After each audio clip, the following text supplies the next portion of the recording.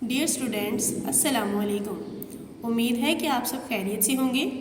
आज हम 2 क्लास की इंग्लिश की बुक का चैप्टर नंबर 5 रीड आउट करेंगे। तो देखें, मेरे साथ आपने पढ़ना है। चैप्टर नंबर 5 है संडे आउटिंग एट आ बीच। संडे आउटिंग एट आ बीच, इतवार के दिन साहिल पर तफरी। बीच कहते हैं साहिल को, समंदरों के आसपास उनके किनारों पर जो रेत होती है उसे कहते हैं बीच यानी साहिल। संडे आउटिंग एट आ बीच। अब चलिए रीडिंग स्टार्ट करते हैं। Jimmy and his family visit grandfather and grandmother every Sunday. Jimmy और उसकी फैमिली यानी उसका ख़ानदान हर इतवार को दादा और दादी से मिलने जाते हैं। His grandparents take them to the nearby beach to have a picnic. उसके दादा दादी उन्हें पिकनिक के लिए करीबी नियर बाय बीच यानी करीबी साहिल समुंदर पर ले जाते हैं। आगे चलते हैं। It is a good picnic. ये बहुत अच्छी तफरी है। वर्ड पिकनिक का मतलब है तफरी। पिकनिक तफरी, ये बहुत अच्छी तफरी है। आगे पढ़ते हैं। Jimmy and his sister Patsy, PATSY, Patsy. Jimmy and his sister Patsy are very excited. Excited कहते हैं पुरजोश होने। आर वेरी एक्साइटेड, जिमी और उसकी बहन पेट्सी बहुत पुरजोश हैं। They like to pick seashells on the beach. They like to pick seashells on the beach. उन्हें साहिल समुद्र पर सिप्पियाँ इकट्ठा करना बहुत पसंद है। They build sand castles. They build sand castles. वो रेत के घर बनाते हैं। क्योंकि साहिल समुद्र पर बीच पर बहुत ज़्यादा रेत होती है, तो वहाँ जो भी जाता है वो सैंड कैसल्स यानी रेत के घर भी बनाते हैं और बच्चे इस चीज़ को बहुत ज़्यादा इंजॉय करते हैं। आगे बढ़ते हैं। There are also some other children. There are also some other children, वहाँ कुछ दूसरे बच्चे भी हैं। दे ऑल्सो हेल्प देम, वो भी इनकी मदद करते हैं। दे ऑल्सो हेल्प देम, वो भी इनकी मदद करते हैं। अब चलते हैं नेक्स्ट पेज पर।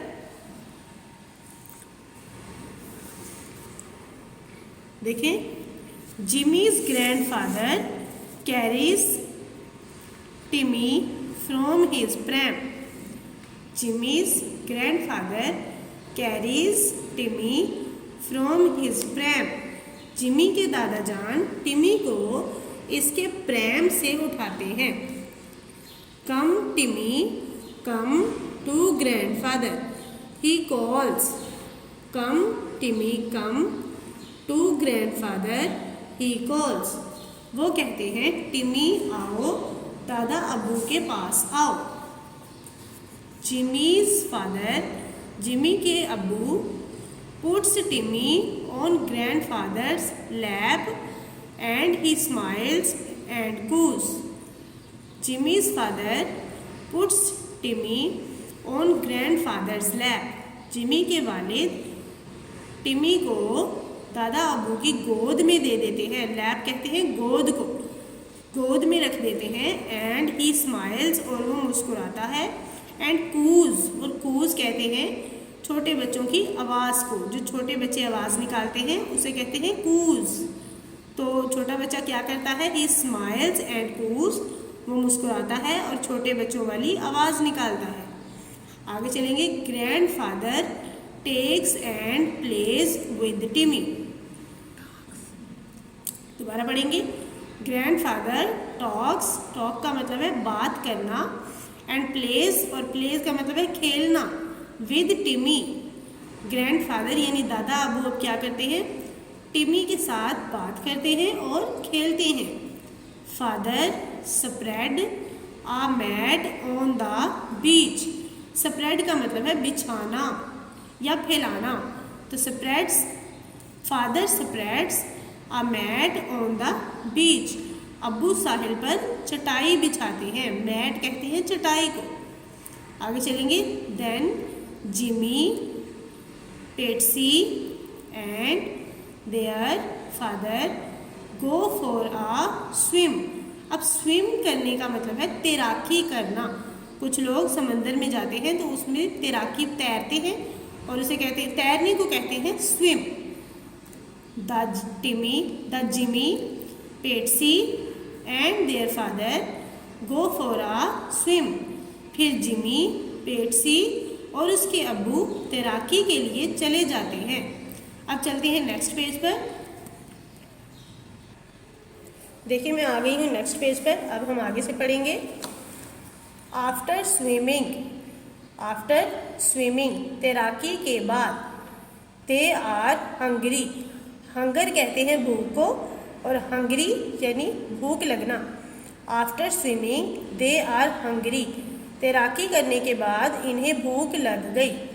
Father and mother sit on the mat. अम्मी और अब्बू मैट पर यानी चटाई पर बैठ गए। विद ग्रैंडफादर एंड ग्रैंडमदर, हम दादा अब्बू और दादी अम्मी के साथ। अम्मी और अब्बू दादा अब्बू और दादी अम्मी के साथ चटाई पर बैठ जाते हैं। Timmy is in the pram and talking to grandfather. टिमी अपनी प्रैम में है और दादा जान से बातें कर रहा है। Jimmy is on his bicycle and talking to his grandmother. Jimmy is on his bicycle and talking to his grandmother. Jimmy अपनी बाईसाइकिल पर है और वो अपनी दादी जान से बात कर रहा है। Their mother and father, उनकी अम्मी और अब्बू स्प्रेड फैलाते हैं the food on the mat and they eat the sandwiches, chicken wings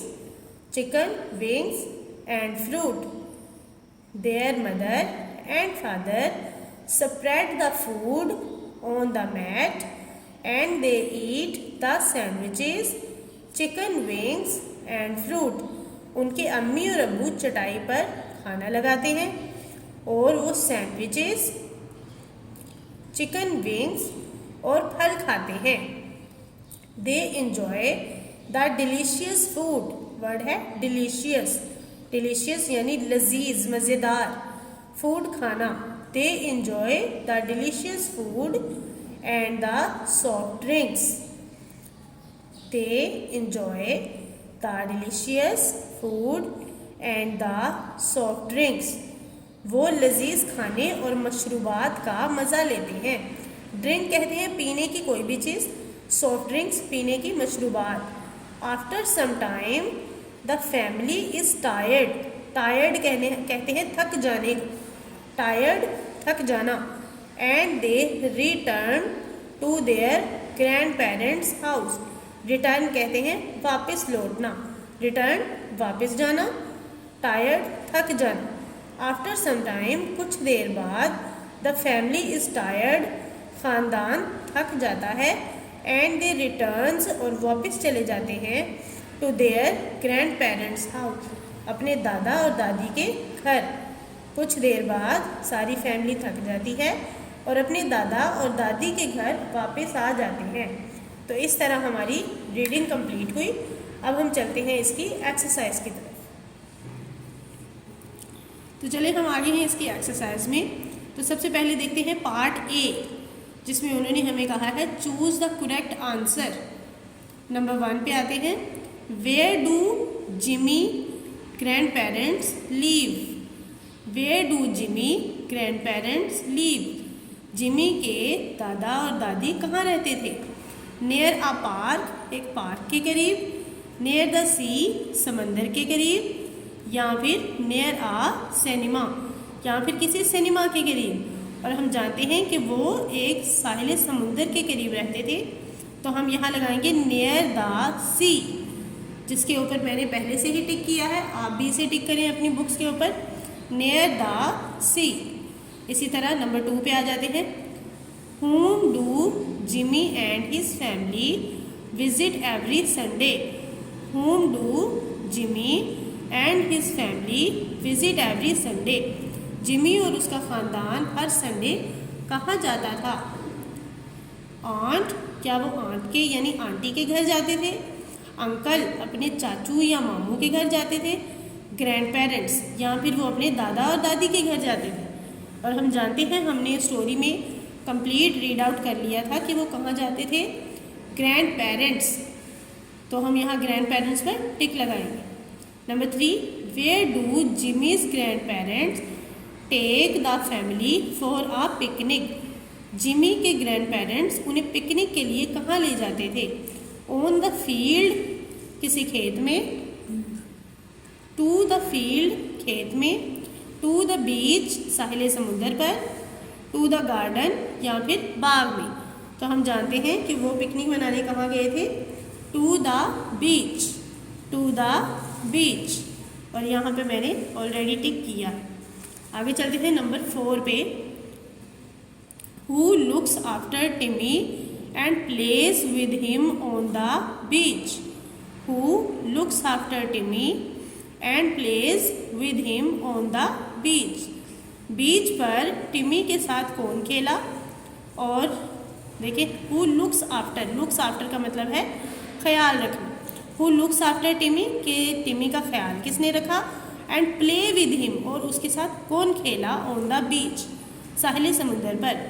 तो इसका आंसर भी उन्होंने हमें दिया है मदर, फादर या ग्रैंड फादर, और इसका आंसर है ग्रैंड फादर।